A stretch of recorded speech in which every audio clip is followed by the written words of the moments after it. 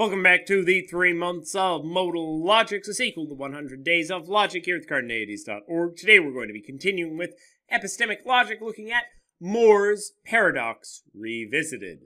So, Moore's paradox, as you may remember from our series on paradoxes about a year ago, goes something like this. I went to the movies, but I don't believe it.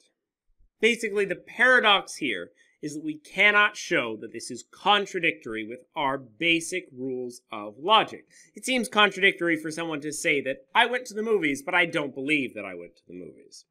However, our intuitions are going to say that it is contradictory, while our logic is not going to have kind of the facilities to prove that it is contradictory.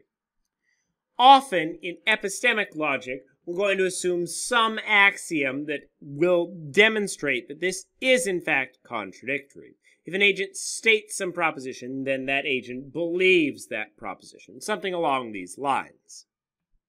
The question we want to ask here is, will this solve the problem, and will it do so in such a way that we won't create more problems? Well, let's think about it. This seems problematic to me, since people often say things that they don't believe. People often state as propositions things that they don't believe. First off, and most obviously, you have the case of people that lie, or people that say things that are not what they believe. They may be true things, they may be false things, but they're not in fact things that they believe. I can say that unicorns climb out of my closet every night to play poker and draw square circles on my walls, but that does not mean that I believe it. Or I can say that I've got a straight flush in my hand here while playing poker, but that doesn't mean that I believe it because I'm looking at my cards and I've got a king high. Furthermore, even though philosophers are obsessed with belief, there are more propositional attitudes that one can express, such as desire, hope, wonder, proclivity, etc. So it doesn't mean that just because you make a statement, you're talking about belief necessarily, or truth.